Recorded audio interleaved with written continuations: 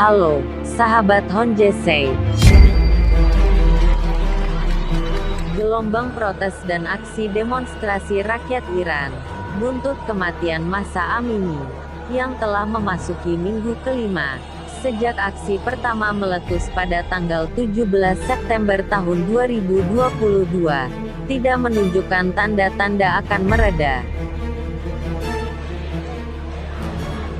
Malah sebaliknya, eskalasi gejolak makin meluas ke hampir seluruh penjuru Iran, dan melebar ke dalam isu revolusi dan anti pemerintah.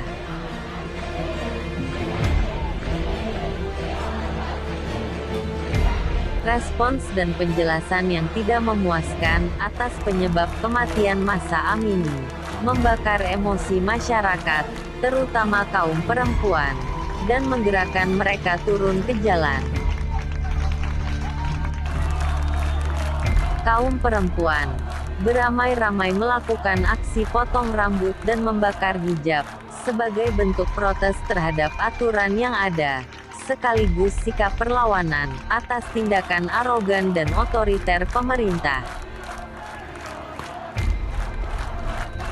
Mereka membagikan video aksi mereka di media sosial, hal-mana menyulut kemarahan dan membangkitkan solidaritas di kalangan warga Iran, dan memicu protes nasional.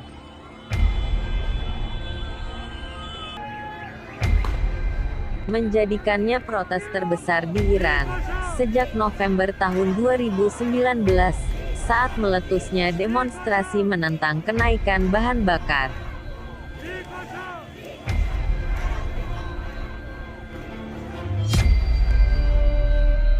Mahsa Amini adalah seorang gadis berusia 22 tahun, dari Sakes, Provinsi Kurdistan, yang ditangkap oleh polisi moral Iran, saat sedang berjalan-jalan di ibu kota Teheran, pada tanggal 13 September tahun 2022, karena dianggap mengenakan jilbab secara tidak pantas. Ia dibawa polisi ke pusat penahanan Fozara, yang terkenal sebagai tempat para perempuan pelanggar aturan jilbab. Dan di sanalah, saat berada dalam tahanan polisi, dia mengalami koma, dan meninggal 3 hari kemudian.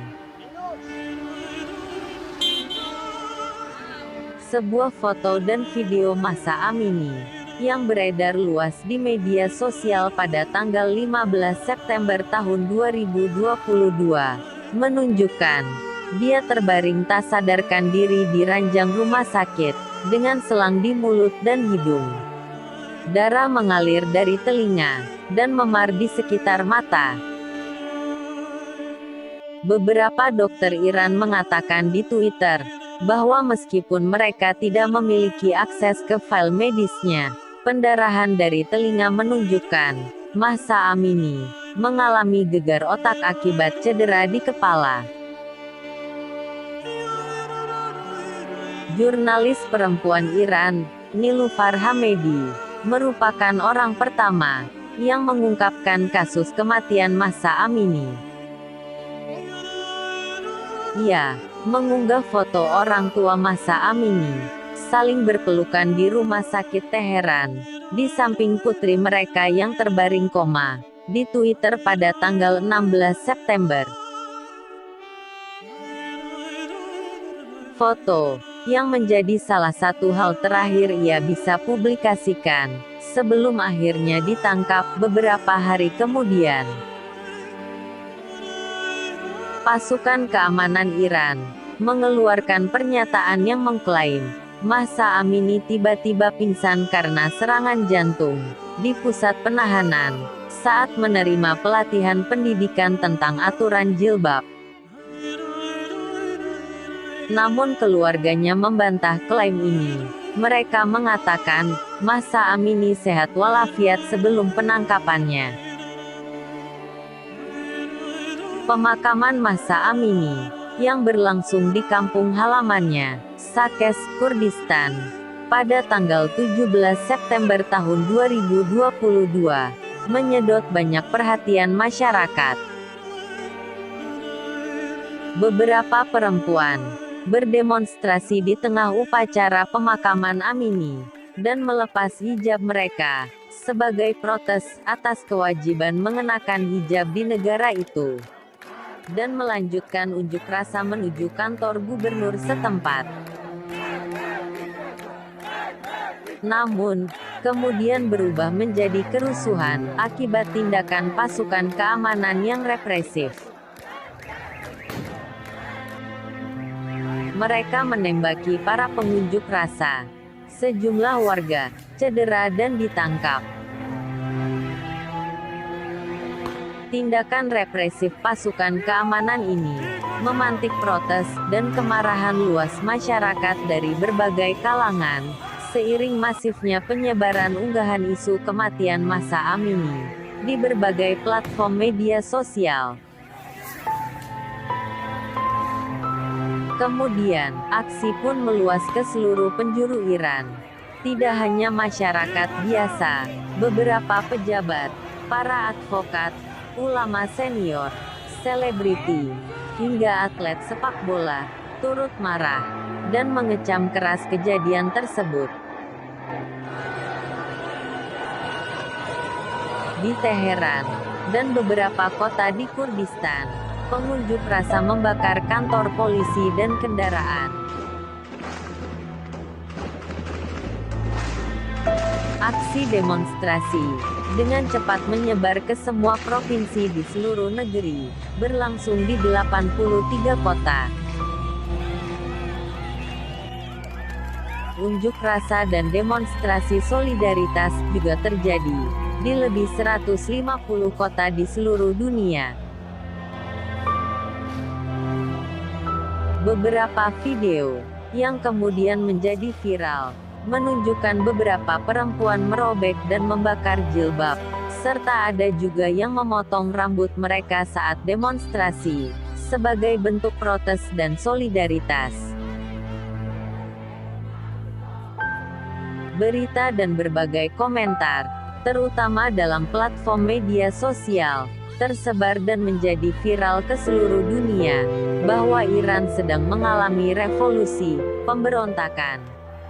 Iran sedang dalam bahaya dan darurat. Gelombang protes dan demonstrasi di Iran digambarkan serupa revolusi Tunisia pada 2011. Massa Amini disejajarkan dengan Mohamed Bouazizi, menjadi simbol perlawanan atas rejim yang dianggap represif dan otoriter. Masalah hijab memang memiliki sejarah kebijakan yang kontroversial di Iran.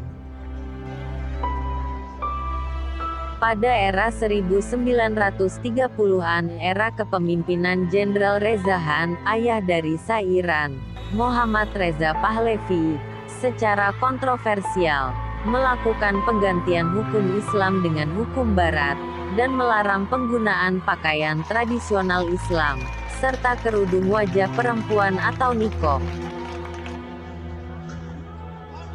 Polisi secara paksa melepaskan dan merobek cadar perempuan yang menolak larangan penggunaan jilbab di depan umum.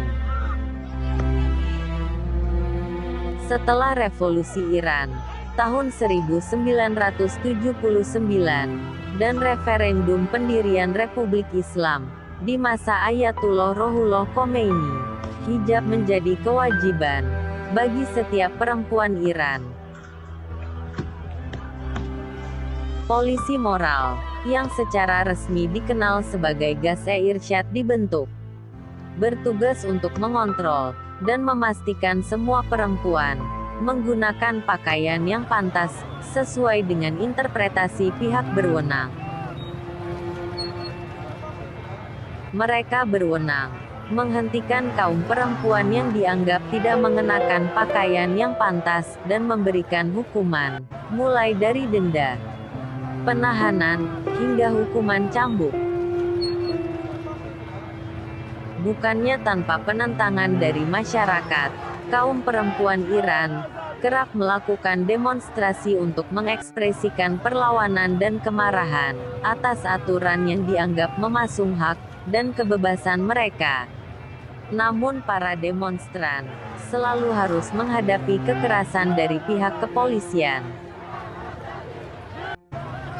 Polisi moral Iran adalah aparat penegak hukum dengan akses kekuasaan, senjata, dan pusat penahanan. Mereka juga memiliki kendali atas pusat reedukasi yang bertindak sebagai fasilitas penahanan. Di pusat reedukasi, tahanan perempuan biasanya diberikan kelas tentang Islam dan pentingnya pemakaian hijab. Setelah itu, mereka akan diperintahkan menandatangani perjanjian untuk mematuhi peraturan pemerintah terkait tata busana sebelum dibebaskan. Akan sulit menemukan rata-rata perempuan Iran yang tidak memiliki kisah interaksi dengan polisi moral dan pusat reedukasi. Kematian Mahsa Amini ibarat percikan api yang membakar hamparan rumput kering. Api berkobar semakin besar dan menyebar ke berbagai arah dengan cepat dan sulit dipadamkan. Sikap pemerintah yang sejak awal merespons protes warga secara defensif dan apologetis, serta menindaknya dengan keras dan represif justru menjadi katalisator meledaknya kemarahan rakyat. Jika sebelumnya, kebijakan tegas dan tindakan represif pemerintah berhasil meredam gejolak efek Arab Spring di tahun 2011, dan mampu memadamkan demonstrasi kenaikan harga bahan bakar pada 2019. Kali ini malah sebaliknya. Penangkapan, penahanan, dan penggunaan gas air mata serta senjata peluru tajam oleh pasukan keamanan untuk menghentikan gelombang unjuk rasa, memicu perlawanan dan memantik kerusuhan yang mengakibatkan jatuhnya banyak korban. Laporan Lembaga Hak Asasi Manusia Iran menyebutkan, sedikitnya 133 orang tewas memasuki minggu kelima gelombang demonstrasi. Jumlah korban, yang tentu saja disangkal dan disembunyikan aparat keamanan. Untuk dapat memverifikasi jumlah korban sebenarnya, yang diyakini jauh melebihi itu, sangat sulit dilakukan. Pemerintah Iran sudah membatasi akses internet dan memblokir sebagian besar platform media sosial. Situasi ini tentunya menyulitkan warga. Tanpa akses internet, penduduk tidak dapat mempublikasikan video atau gambar terkait situasi terkini di Iran. Sehingga, akan sulit bagi dunia luar untuk mengetahui apa yang terjadi sesungguhnya, dan memberikan dukungan untuk penduduk Iran. Informasi lebih banyak dikeluarkan media pemerintah untuk mengcounter isu. Media pemerintah mencap para pengunjuk rasa, munafik, perusuh, preman dan penghasut. Sementara televisi pemerintah mengatakan polisi bentrok dengan perusuh di beberapa kota. Presiden Iran, Ebrahim Raisi, yang berhaluan garis keras, telah memerintahkan aparat keamanan untuk menindas tegas para pelaku unjuk rasa. Demikian juga pemimpin tertinggi Iran, Ayatullah Ali Khamenei, pada Senin, tanggal 3 Oktober tahun 2022, menyampaikan dukungan penuh pada aparat keamanan Iran untuk menindak tegas para demonstran yang ia nilai telah brutal. Ia menyalahkan Amerika Serikat dan Israel atas kerusuhan yang telah mencengkeram negara itu, dan menuduh kedua negara tersebut sedang berusaha menghentikan kemajuan Iran. Staf Umum Angkatan Bersenjata, badan militer tertinggi Iran, mengeluarkan perintah kepada komandan angkatan bersenjata di semua provinsi untuk menghadapi dengan keras setiap pengunjuk rasa. Memang, hingga saat ini situasi negara secara keseluruhan relatif masih dapat dikendalikan pemerintah. Namun tuntutan rakyat akan kebebasan dan tuntutan reformasi jelas telah mencapai tingkat yang lebih serius, dan suara mereka tidak dapat terus diabaikan. Rakyat turun ke jalan merupakan akibat kesalahan penguasa. Jika tuntutan para demonstran tidak dapat ditanggapi secara aktif, maka akan menjadi kesalahan yang lebih serius bagi penguasa. Ini bukan saat di mana hanya dengan memutus internet dapat membuat pandangan pemerintah diterima secara luas. Untuk rezim manapun, sangat berbahaya membiarkan masalah memburuk tanpa mengambil langkah-langkah efektif untuk meredakannya. Revolusi Tunisia berawal dari protes seorang warga, Mohamed Ben Azizi, dengan melakukan bakar diri sebagai bentuk perlawanan atas tindakan represif pemerintah pada 2011.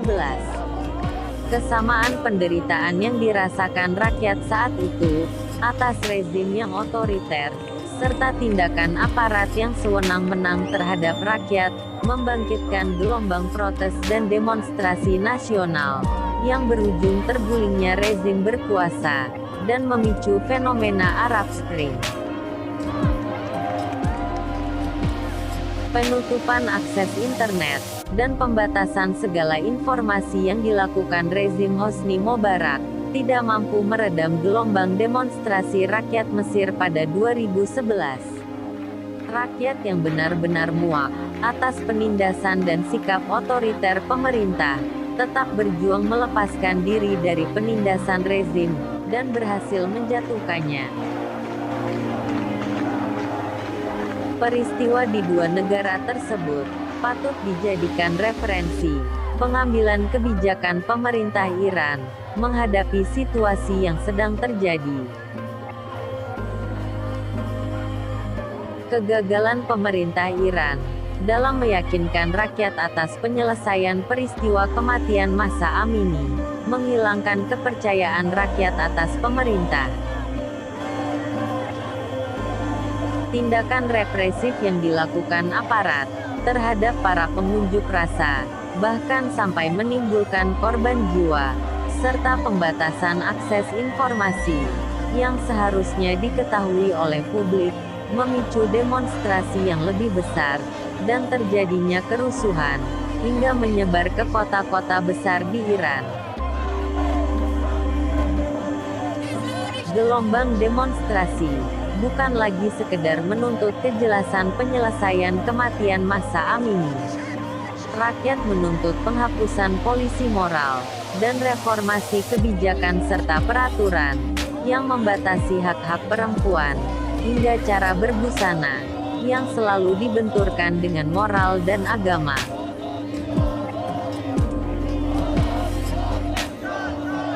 Situasi akan semakin memburuk jika rejim berkuasa saat ini tidak cepat mengambil kebijakan reformis yang dapat diterima dan menenangkan rakyat.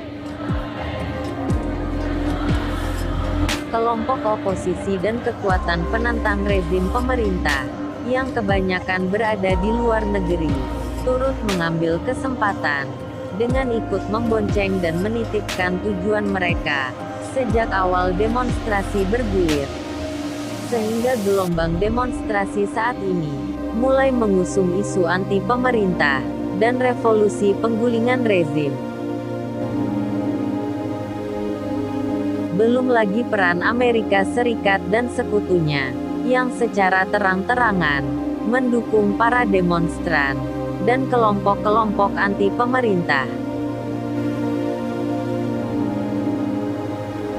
Semoga situasi di Iran cepat membaik dan menghasilkan penyelesaian demokratis yang menjamin kebebasan hak dan keadilan rakyat.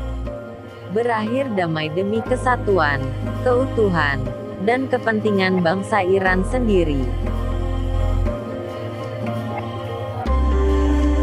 Terima kasih telah menonton video ini. Jangan lupa subscribe. Salam.